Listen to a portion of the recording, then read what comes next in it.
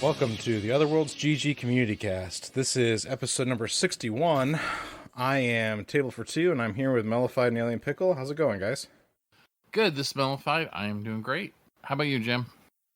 No complaints yet, but we just started, so give me a minute. Today we're going to be talking a little bit about game difficulty. It's funny because I actually posted a meme not too long ago about, there's some guy on TikTok that did a thing that was like, gaming in your 30s, and it's just like, your eyesight gets worse, new games suck, you buy games that you can't play, or you're too tired to play games. It's like the ever-evolving, door of gaming problems, right?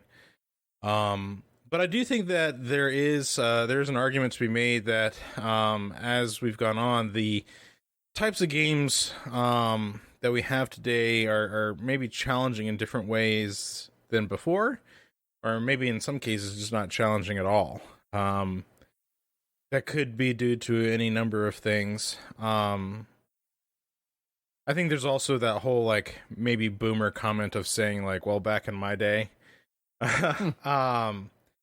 But, it's funny, as I've gotten older, one of the things that I've noticed, though, is, like, games that I used to find, like, challenging but could make it through are a little bit harder for me today, whether it's due to reaction time or whatever you want to call it. Like, I remember growing up as a kid, I fully beat, Mario Brothers 2 and Mario Brothers 3, and the great joy and celebration of that. I try and play some of those things today, and I'm just like, ooh, these are... And these are not the games that I remember, or just, I maybe I'm not playing them as frequently, or I'm not in it as much. But you play something like Star Wars Squadrons today, and I challenge the people playing Star Wars Squadrons today to go back and play TIE Fighter. Yeah, they'll cry. They'll be like, what I mean? But it's so hard. Yeah, because Squadrons really holds your hand, like, comparatively from a narrative-driven standpoint. But Squadrons isn't any kind of a puzzle thing, right? Like the old TIE Fighter game was kind of puzzly in that I have to figure out what order to do things and where my attention needs to be focused in this mission, and I'll fail it and fail it and fail it until I figure that out. Yeah, sometimes even though your primary objective is X, you need to do the secondary first. In order to pass the mission. Yeah, there's very much a pattern to try and figure out on some of those missions. The thing about Squadrons is like literally the game will pause to wait for you to get caught up. And I'm just like, what? I think the example that I love to use frequently is playing X-Wing Alliance. There's a mission in which you have to hyperspace to different points in the mission. And I accidentally hyperspaced to the first point rather than to the third point. And I had to get caught up, but like they were already doing things without me. Like triggers were still being triggered without me while they were in the third room or the third hyperspace point. Whereas like in Squadrons, for example, like if you're not where they are, like are close enough to where the ships are, they wait for you until you get caught up to them, and then the animation continues. Yeah, it's like, defend this transport. Okay, well, hold on a minute. I'll just park here, and I'm going to go make a sandwich, and then you come back. And then when you get within, like, 100 units of the thing, then it's like, oh, they've launched fighters. Right, because they were waiting on me to be present. It's the weirdest thing, and I don't understand it. I think in terms of Star Wars, and we're talking a lot about Star Wars games, I think in terms of Star Wars games, the best modern Star Wars game that I think has done this well has been Fallen Order. Jedi Fallen Order... is like it. Well, first of all, it's like a Souls game in a Star Wars universe. But one of the things that I like about it is that they have the story mode difficulty, where you are playing through it for the story rather than the challenge. And then they have their challenge difficulties that make it harder and harder for you to play. I like games that do that. Give me choice on how much pain I am willing to handle. Can you imagine Dark Souls? Yeah, Dark Souls in walking simulator mode. It's just like, oh, you broke your ankle. Dead. Your shoelace was loose. Dead. Right. Dark Souls, the walking simulator. Right. Well, and I think that goes to a lot of and I think there's also the challenge of game preference too. Like when I was younger, I definitely played more console games, so I was more in the console challenge mindset. As where when I got older, I got more into the PC games and the PC world of playing games. Now, sometimes I play PC games with a controller. That's not to say that I don't use controllers. What that is to say, though, is like, for example, when I started playing PC ports of, say, God of War, and I started playing through God of War on the PC, I found myself being challenged by even the normal difficulty of the game mechanics because I'm not used to those kinds of game mechanics because it's not the kind of game I normally play. And so I found the game difficult and even challenging at times because I'm not used to that style of gameplay. And I find a lot of games that have traditionally been on console that get ported to PC like that, and I'm surprised by that. I wonder if you guys struggle with that yourself, or if you've seen similar things in your realm of playing. Let's see. So for me, I at one point in my life before I had kids and a busy life, I played games on the hardest difficulty. Particularly when achievements became a thing, because it was very common to have, a beat the game achievement for each difficulty level. And I wanted that, best achievement. So I remember Call of Duty 2 on the Xbox 360 was such a slog on veteran or whatever the difficulty was, because the Germans could snipe you from across the map with like a pistol and headshot you and kill you. And so it was painful at times, especially Call of Duty, because the game, like we were talking about, the game doesn't trigger until you move things forward. So if you just bunker down and hide, they'll just keep spawning more enemies. It's not until you reach a certain point on the map that it'll stop spawning guys. So you can really, shoot yourself in the foot if you hide and use up all your ammo. But, now I will play story difficulty and not feel bad about it if it's a game that I'm not particularly interested in. I did that with Fallen Order, in fact. And I the combat was fine. I did crank up the difficulty, I think, to normal after playing it a little bit on story, because it was too easy. It was just silly for me. But I agree. Like, I think story difficulty's really, really nice. Yeah, and I think that the gaming difficulty bar changes with age, not because a game just inherently becomes harder because you're older, but your time investment's different, right? And so your time investment in a game, it's kind of like you go right now and try and play original Unreal Tournament online with those guys that have been playing for the last 30 years, and you tell me how well you're gonna do. I mean, like those guys haven't stopped playing. They've never stopped playing. Right. And so I think about that at times too, because you have people that have been playing the same game for so long that they've gotten really good at it. But there's also just that element of, what's your time investment? I've only got so much time to invest in doing a thing. Well, like any multiplayer shooter, it's have I memerized the maps?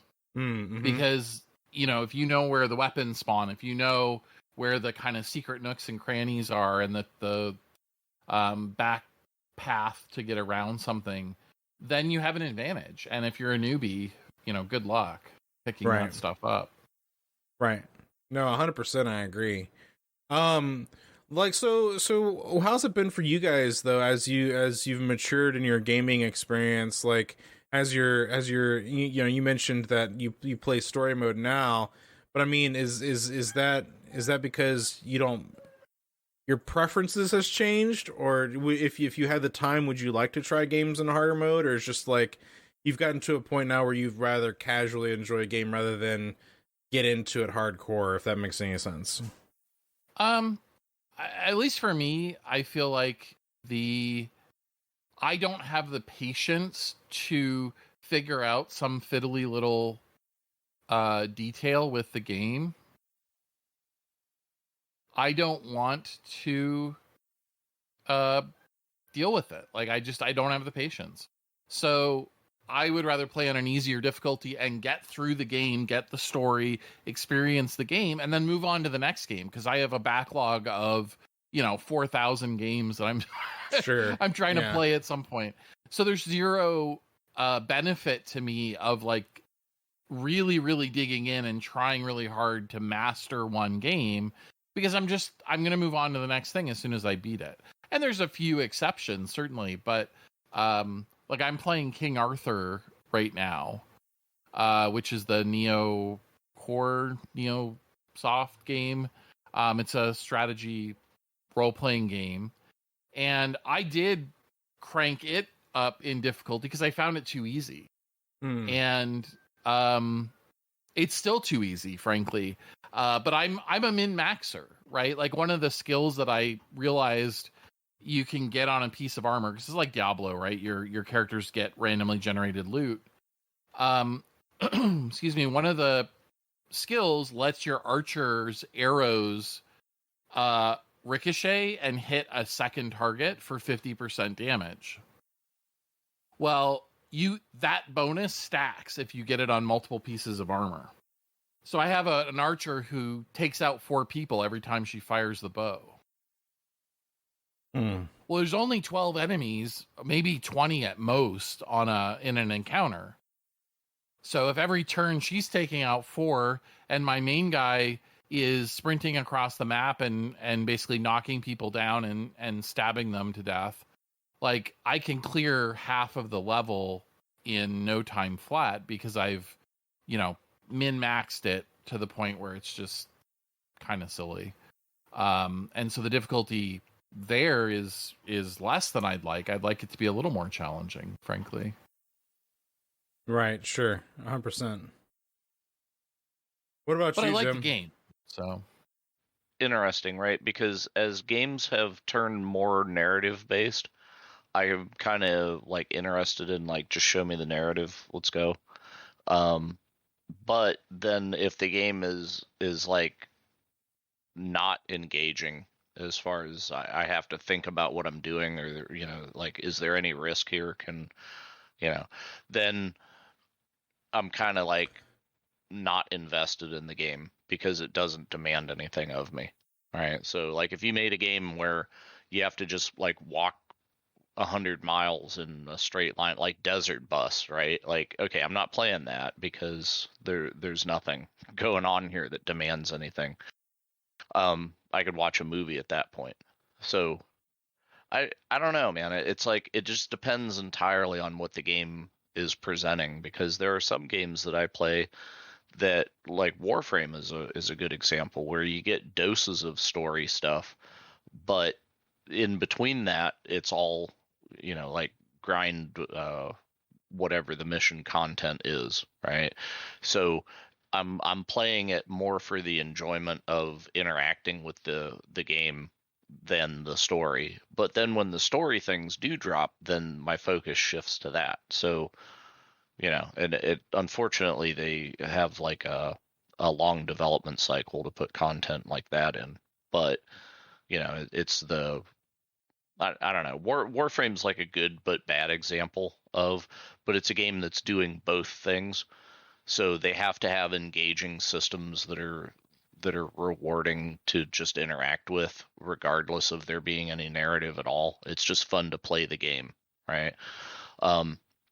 So, like, games like Call of Duty, where you just join a match and you're fighting people, and there, in the old days, there was no advancement, right? Like Quake multiplayer, there was no. It's like you got better, but it's not like, oh, I leveled up my gear, or I've unlocked another gun, or whatever, because I put the time into, So at that point, it was just my skills versus your skills, and am I enjoying just the contest of the game?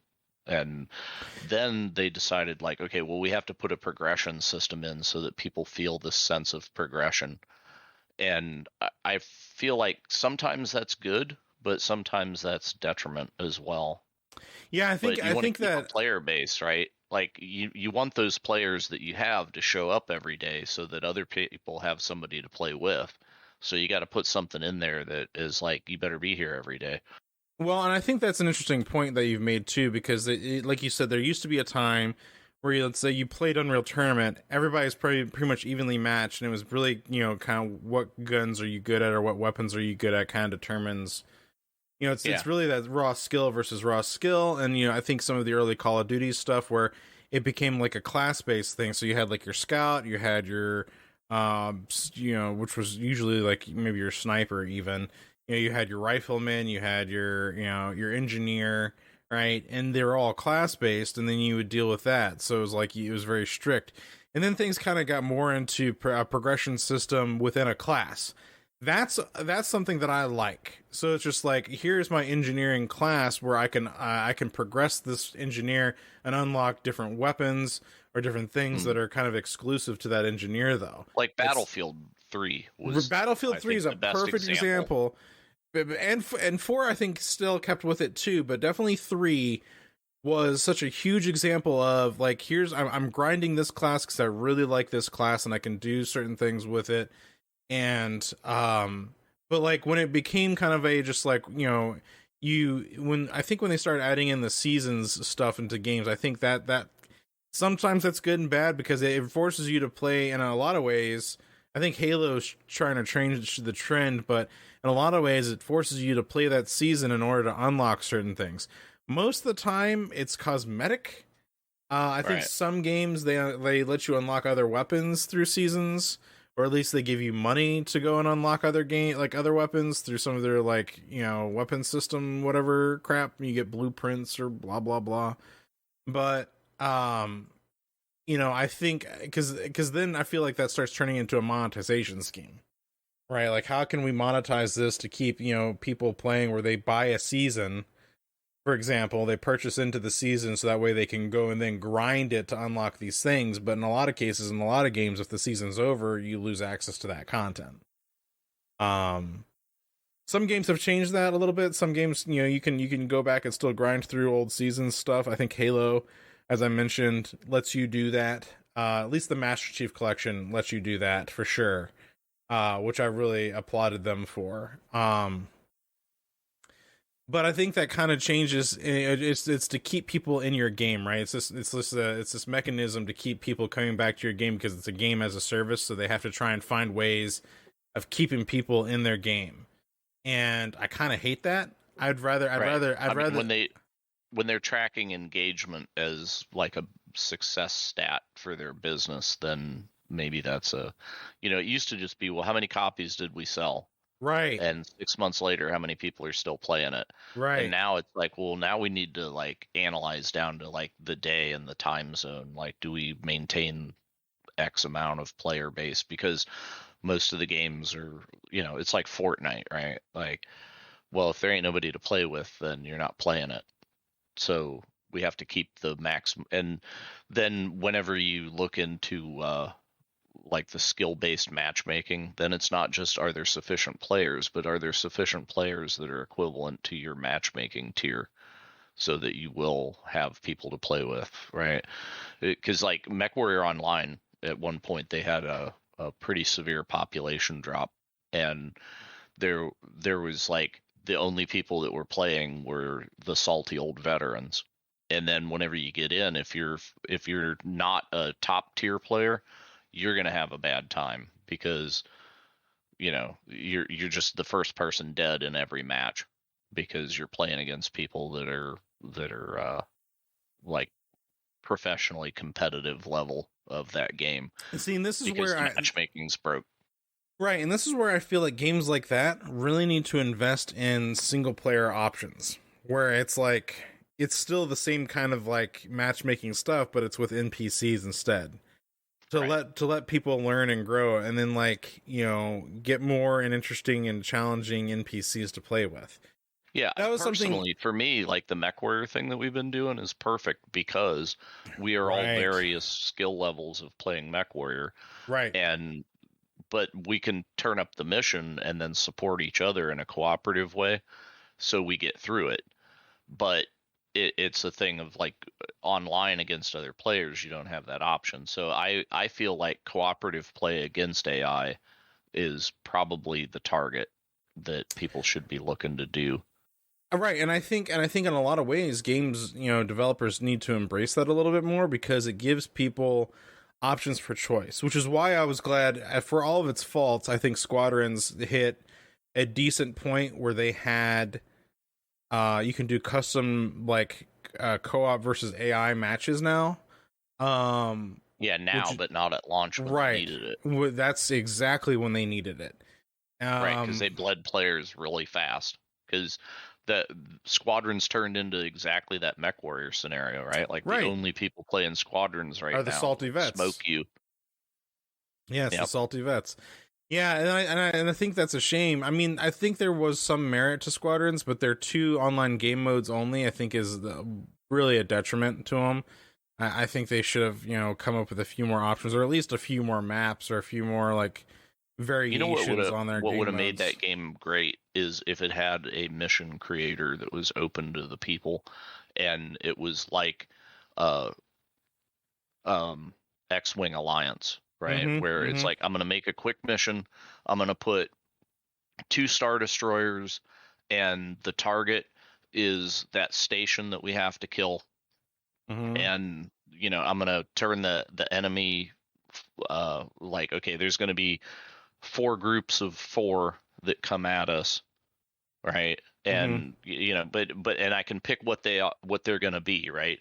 And then I stick that mission out there in the world for people, and you put like a thumbs up, thumbs down rating, right? And then the missions that are actually good bubble to the top, and there's always something player created content that's going on. If they'd give the players the tools like that, even like the old school X-Wing versus TIE editor, right? That let you say, okay, at 4 minutes, this ship arrives, and it has these waypoints that it's going to go to, and it's just going to do what it does as it travels.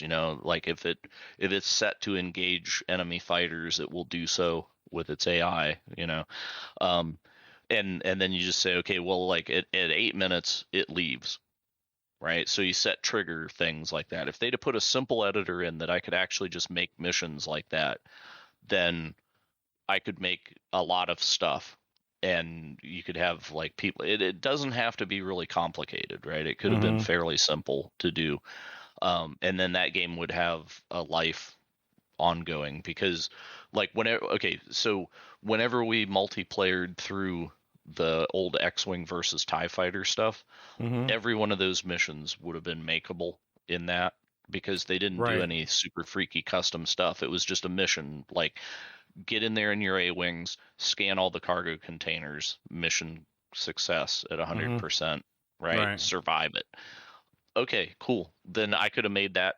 Everything that happened in XVT could have been made in Squadrons if they'd have gave me a simple editor, and people would be cranking out content for that thing, and it would still be an alive game to me. Right. Yeah, and I think that just goes back to like the challenge of video games. Like there's just not enough to give people the options. I mean, I understand that they're trying to keep people in games longer because it's games as a service and that whole thing, and I get that, but it's like whenever you look at hold on, like what kept people playing games before though was communities, right? Communities really drove a game, and if a game was compelling enough, you had mods for a game, you had total conversion mods for a game. I mean, look at what spawned from just Half-Life and the Quake engine back in the day. I mean, I know it's not necessarily directly related to game difficulty, but people were allowed to make their own fun with the games that they bought. And then increase in sales happened for things like Team Fortress 2 and these other things, because people were wanting to get Half-Life so that way they could play these mods, right? Yeah, an interesting thing happened with Mario Maker, right? Because people started making stuff in there that was like asshole Mario. Right? So, yes. If you remember, very much so. Remember that old meme? I love the side note. I love the who's the painter guy? who's that famous like Happy Little Bush painter guy? Bob Ross. There's a funny Bob Ross parody video someone made of him being Bob Ross doing Mario Maker. It is hysterical. If you guys get a chance, go YouTube Bob Ross Mario Maker. It is one of the funniest things I've ever seen. But anyway, continue with your Mario Maker. Okay, so the content that got made for that, if you looked at it, right, the people that were showing videos and like all the creator content was all the like salty vet people, right? So it's like, look how incredibly obnoxious this level is, and I beat it anyway, right? Right. So it became like Mario Souls. Right? It's just like, this game is so obnoxious. And that would have put me off the game, because it's like, well, I have enough fun just playing Super Mario World as it was, and I really don't need to like drag myself through broken glass on every level because people made like these crazy ass puzzle things that are just abusive, right? But that's the only content that you saw. What should have happened in that, and I think that it probably did, but the stuff that gets featured is the extreme, right? But it would also be like, well, what about content for people that aren't really great at Mario, but we can just make Mario levels that are at our skill level endlessly, right? So did anybody like do like a classic difficulty of Mario stuff? Did anybody make like an easier Mario for people that want to play Mario but can't even play like the regular Mario game? I mean, I'm sure it they got did. done. Yeah. But you don't see it featured, so it doesn't exist. Right. Especially in a sales kind of way. Like, it's not going to draw people in like, oh, there are actually like accessible to any skill level content in this game that got made by people.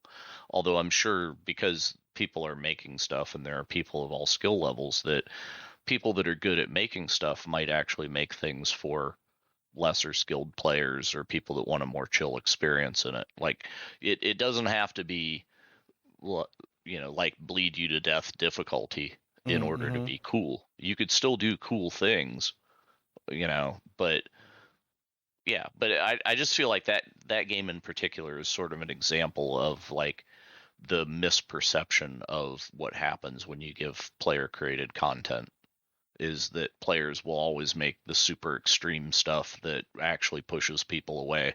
So maybe that's why developers don't actually put it in, because it's like, well, that's such a like 0.01% of our player base, it wouldn't be worth the dev time to make it, because nobody would make anything except for other people that are as salty vet as themselves. Yeah, I don't know. I mean, I think the Mario Maker stuff with like those, you called it Mario Souls, which I think is appropriate. But like, I think the Mario Maker stuff was really because if you look online, you've got like the speedrunners, you've got all these people that are like trying to do these things. It became kind of like almost like an esport, really, to try and get through some of these crazy levels, like some of these crazy designs, and it almost became like a puzzle in and of itself, or a new kind of Mario. And for some people, I think that's its own thing in a good way. I just think that there's content out there that's just, it's just not for me, and I think that's appropriate for most people. There's just gaming content that's for most, and I think that was really going to be my next question for you, both of you guys, which is like, as you've matured in your gaming, has your gaming taste shifted to different types of games? Like, did you used to really like playing these X kind of games, and now you're more into like these kinds of games over here? Now that you're older, is there like a preference that you prefer more now that you're older than when you were younger? I think for me, okay, so games, the content focus of games has changed, I think, a lot as the capability of the presentation has changed. So like back in the 90s, right, we had Fallout, Fallout 1, Fallout 2, legendary games, and then we got into Fallout 3 and 4, which turned into like this 3D, more first person shooter perspective thing. and we lost some stuff, right? But then we also gained some things, like in Fallout 4, you can build your own settlements and stuff, and it's Right. got, Right. it's got some Sims kind of gameplay that's going on in there. Not perfect, but it's there.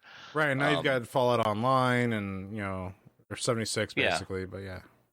yeah. So it kind of did some things, but a lot of dev time goes into having the presentation be uh, like tolerable, I guess, where it doesn't like make you eject out of the game like, oh, this looks ridiculous, right? And back in the old school days, the game just was going to look like a game, right? And so more focus went into the complexity of the systems that were going on. So Yeah, it yeah. had to be, the focus was on the emergent gameplay itself, and not so much like, well, we have to limit what we can do because, well, we can't do that because then we'd have to actually figure out how to show it on the screen, kind of thing. Dwarf Fortress, right? So you watch all the Dwarf Fortress stories of like, oh well, I took in a rabbit, but it happened to be a vampire rabbit, and then it like infected all the people, and then the people started like becoming cannibals, and the like these crazy ass like emergent gameplay things that happen in that game because it's just text, so it can. But if they had to actually figure out, like, well, we have to 3D model all this stuff, right? And, well, do we have a vampire rabbit model? No, we'd have to make it. Well, how many gigs of space does that add to the install, right? So games, because the visual presentation has become the primary focus of a lot of things, then I feel like it has actually limited severely what can go on under the surface of it. So Yeah, and that's an interesting point that you make. I remember on a previous podcast that you and I used to co-host, there used to be this whole notion of in the space gaming world, the rise of space to planet interaction, right? Like where you could fly from space and enter the atmosphere, and now you're flying down to the planet. Like, look at this tech, look how cool this is, look, blah blah blah.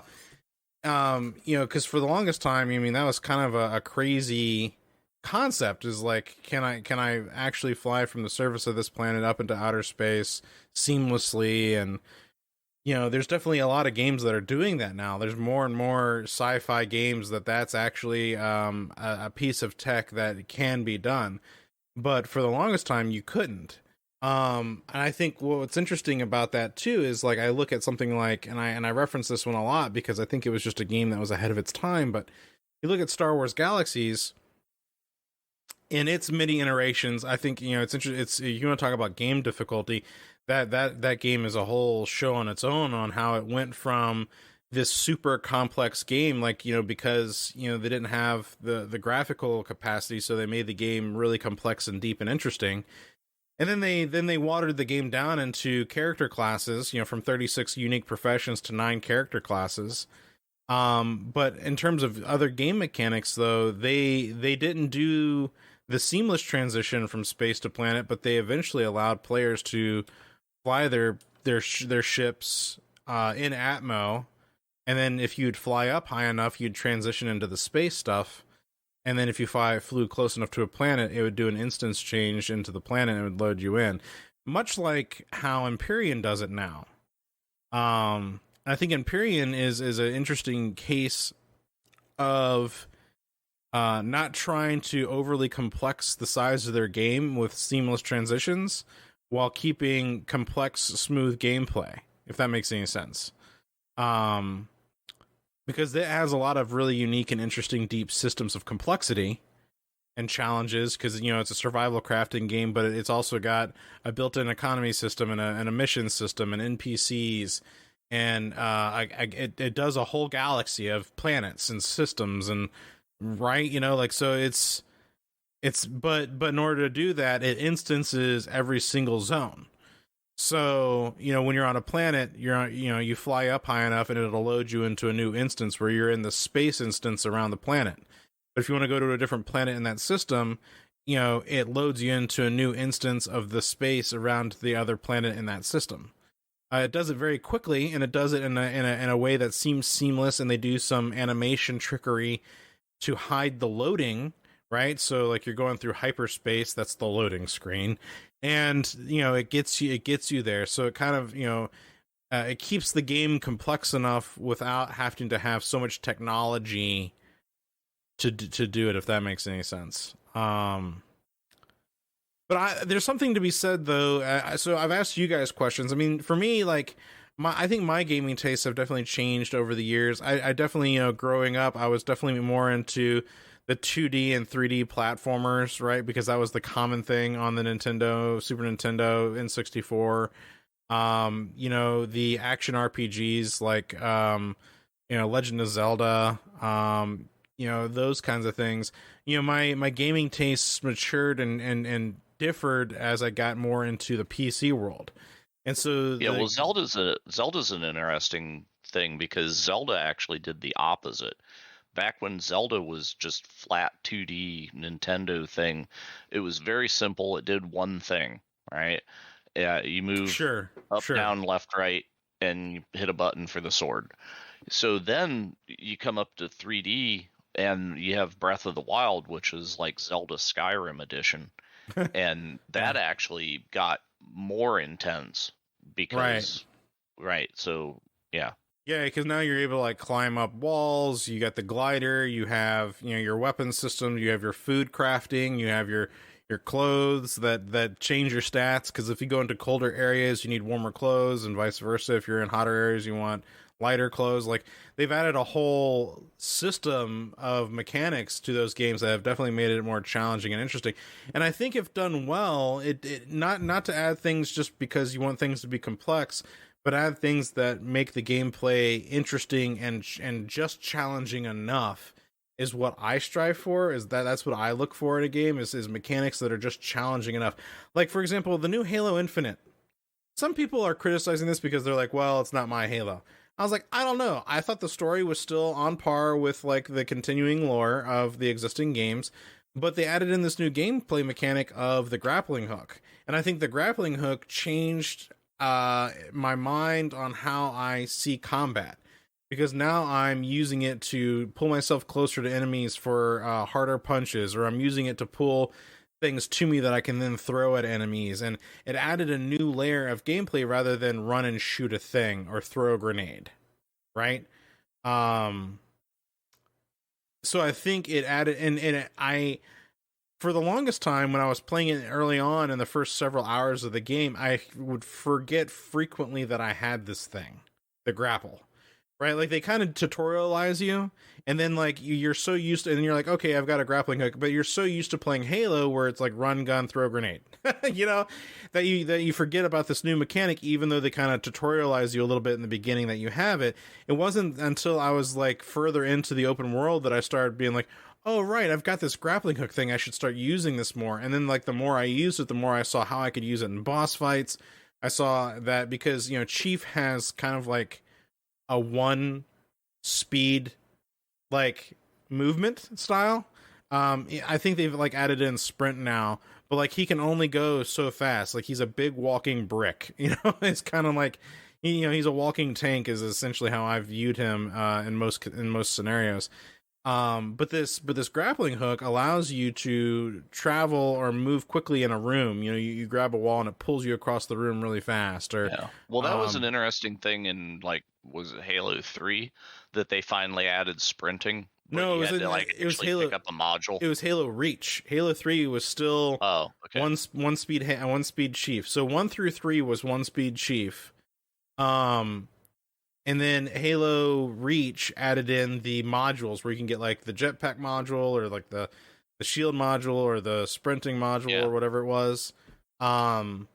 And then it wasn't until I think Halo 4 and 5 where it was like sprinting was just a casual norm that you could do, which I find funny. I mean, it's just so funny. You're this cyborg, but you can only go 1 speed.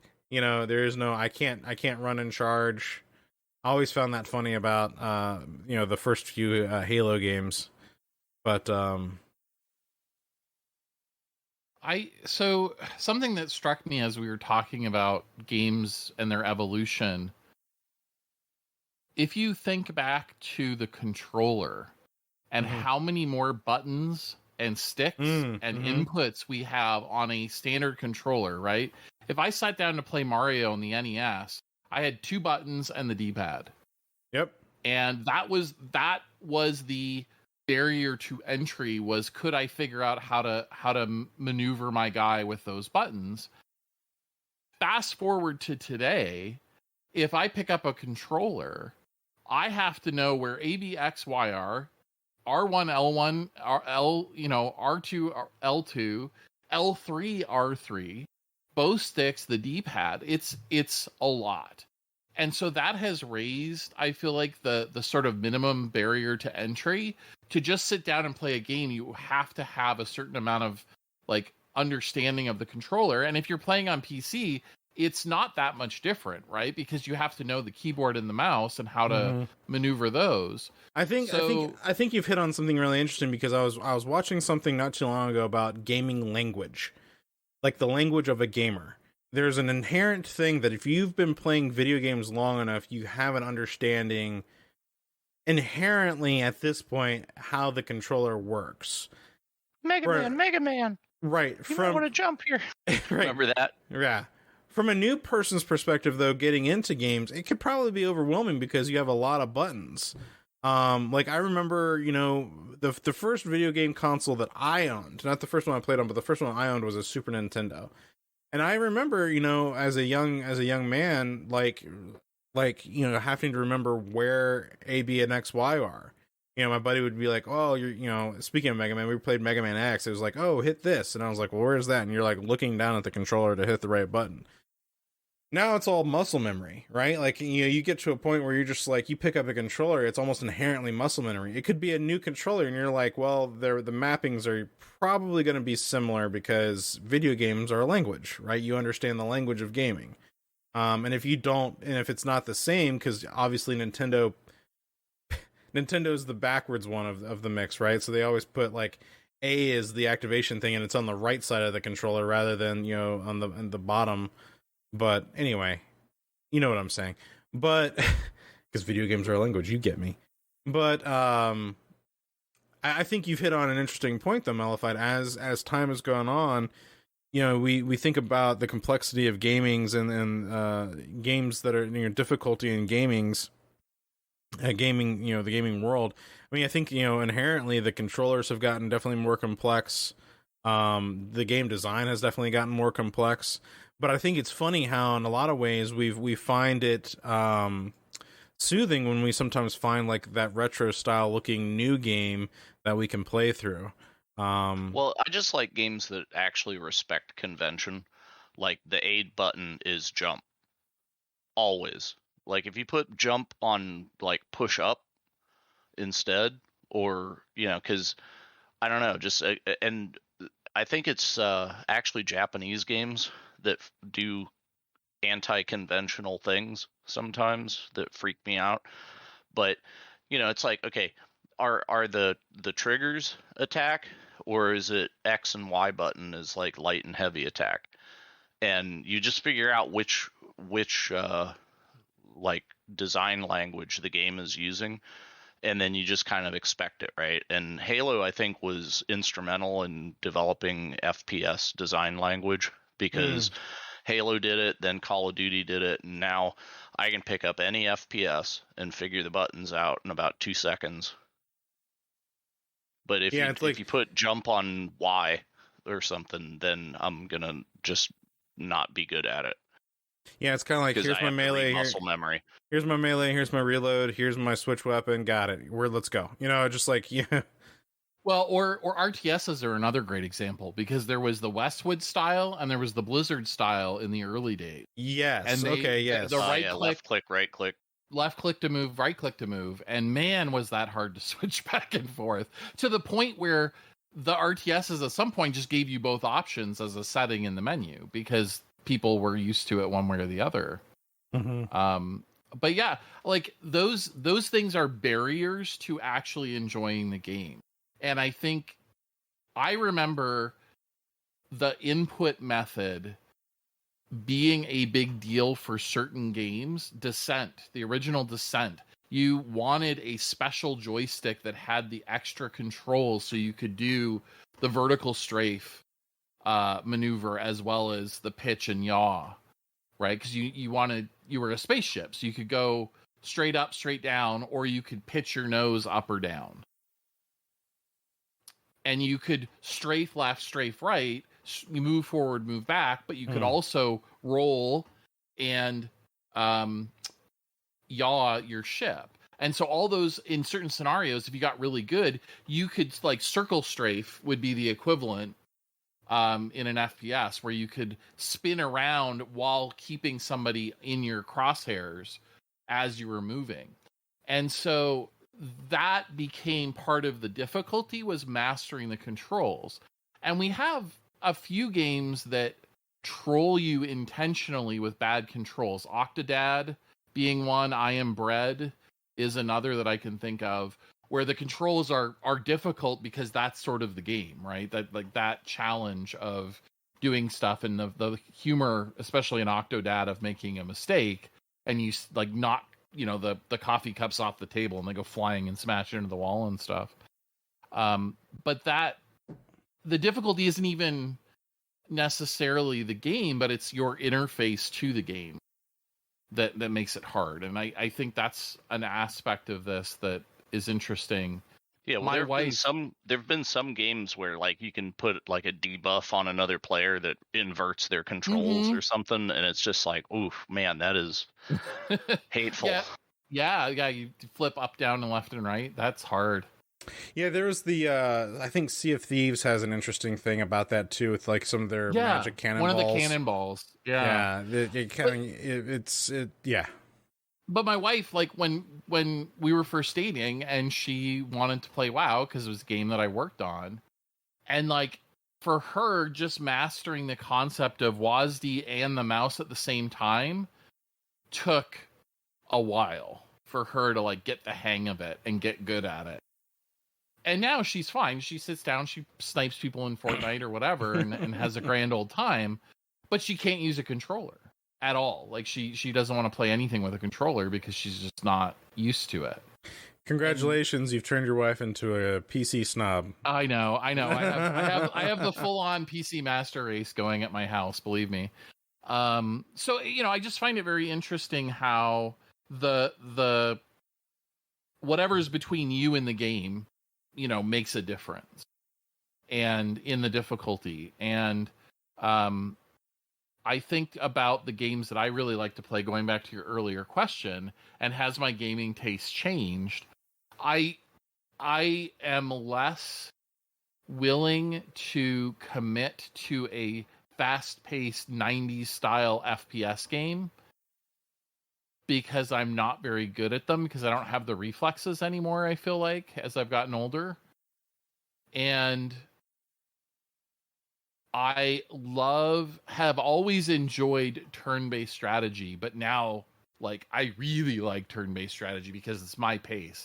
If I need to get up and, you know, deal with the kids, I need to go get a phone call, I you know, something pops into my inbox and I need to go respond to a message, I don't have to worry about the game.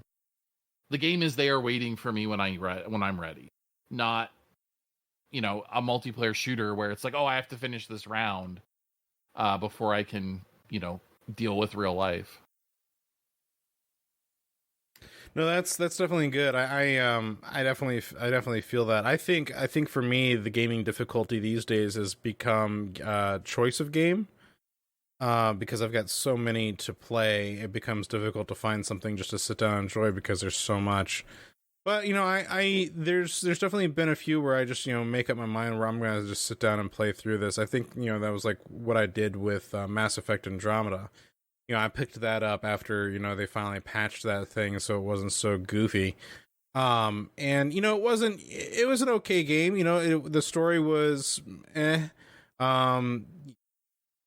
the mechanics I enjoyed. I mean, you know, it wasn't a terrible game by any stretch of the imagination, but it was nice to actually sit down and play through it. I'm struggling to find the time to actually sit down and finish through God of War, Cyberpunk, name one, Death Stranding that I've been trying to play through. Like those are the three that come to mind that I've been trying to just sit down, focus on, and blast through. But Well, it's funny you say that because we were talking online and you were asking about playing something on our next community night, and I was like, I am trying to finish King Arthur so I can then play, Warhammer Chaos Bane. And you're like, well, I'm not talking about today, I'm talking about Thursday. I'm like, yes, I know, but I need to finish one, and then I really want to play the next one. And like, I tend to play one game at a time now, because if I don't, I will never go back and I will never finish the game.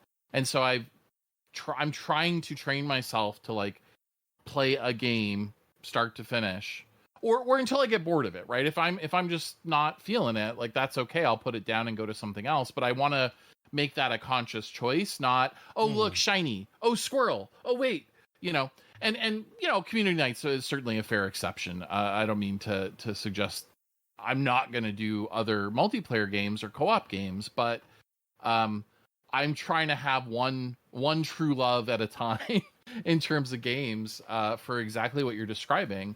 And sometimes it's hard. Like, I got to a point in Cyberpunk where I'm like, okay, I'm at the last story mission, that I can do all my side missions on, right? The game even warns you. It throws up a big thing, is like, if you want to do anything else, you better go do it now before you do this mission. And I had probably 30 fixer side missions to do, because I kind of just mainlined the story.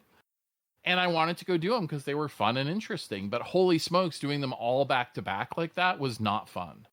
It was a bit of a slog. Yeah.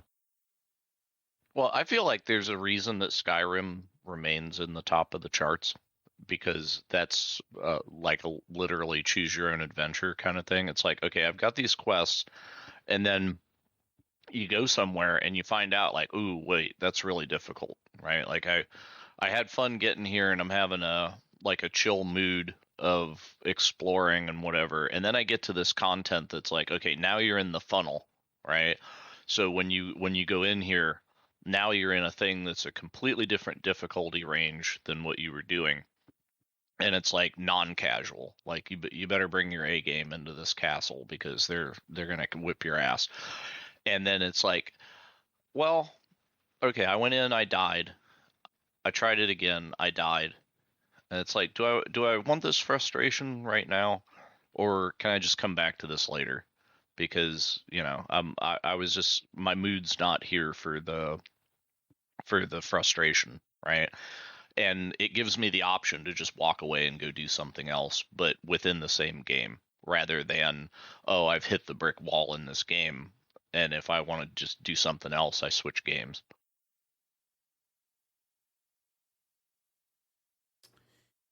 yeah, no, I understand that. Yeah, I think, the other thing too is there's just too many games I want to play in general, and then all of a sudden I also get stuck back into playing Eve again.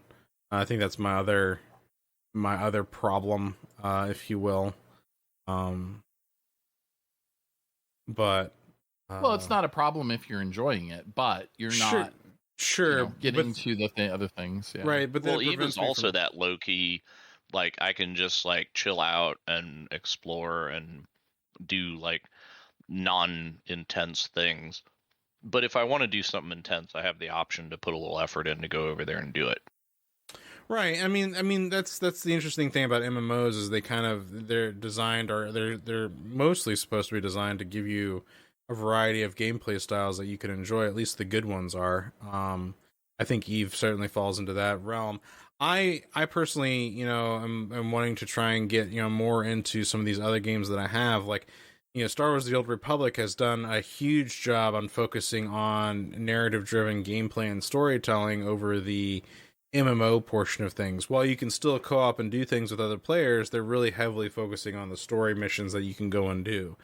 And I really appreciate that about it. I think it's kind of turned into, more of a Fallout 76 kind of scenario where, like, you're really focused on yourself, but there's other players around to do stuff with if you want to do that, which I appreciate that. I like that about some of these new modern spins on the MMO, right? They're they're more smaller instance based like sessions where there's other players around to do stuff with if you want to.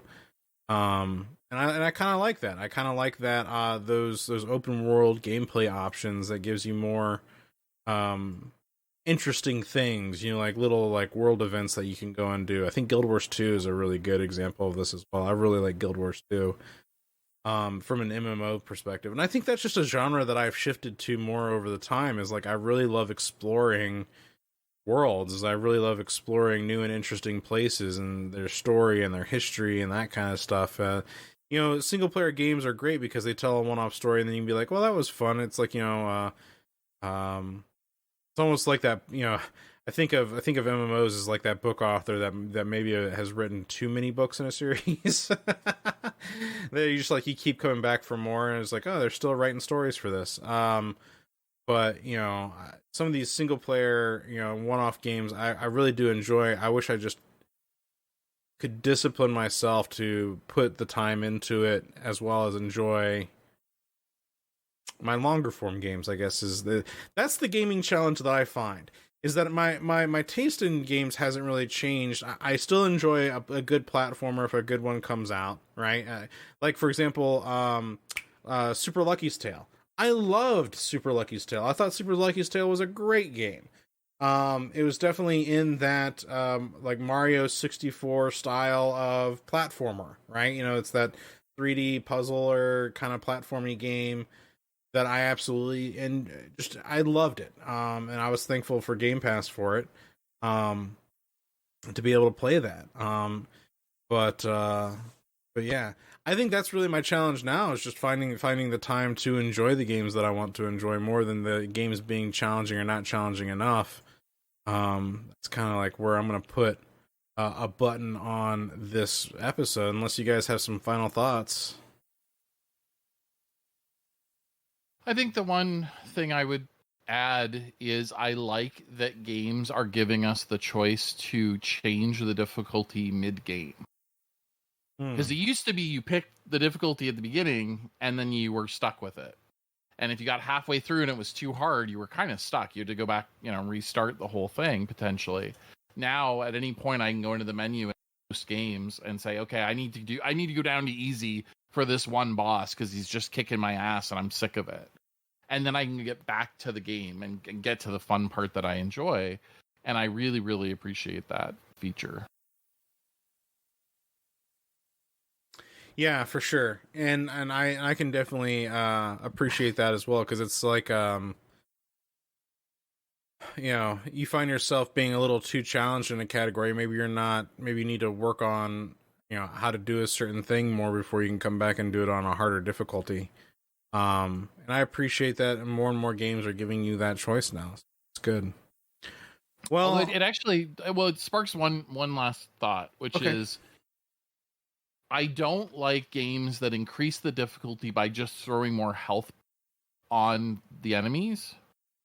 I love games that increase the difficulty by adding game mechanics that are more advanced, because it gives me a reason to come back and play the harder difficulty to master the advanced version of the game. I can't think of a really straightforward example of this. Maybe Tokyo Mirage Sessions FE Encore had some of that, where the New Game Plus added a couple of game mechanics, and a couple of the other JRPGs do it. But I find that so much more interesting and gives the game replay value versus just, oh, this guy has 50% more health now because I'm playing on hard. So, yeah, just something to call out, I thought. For sure. Well, I think that's going to about wrap it up for this episode. Be sure to head on over to our Discord server for all these conversations and more at discord.otherworlds.gg, where we do community game nights, other gaming related things there, and have a lot of fun.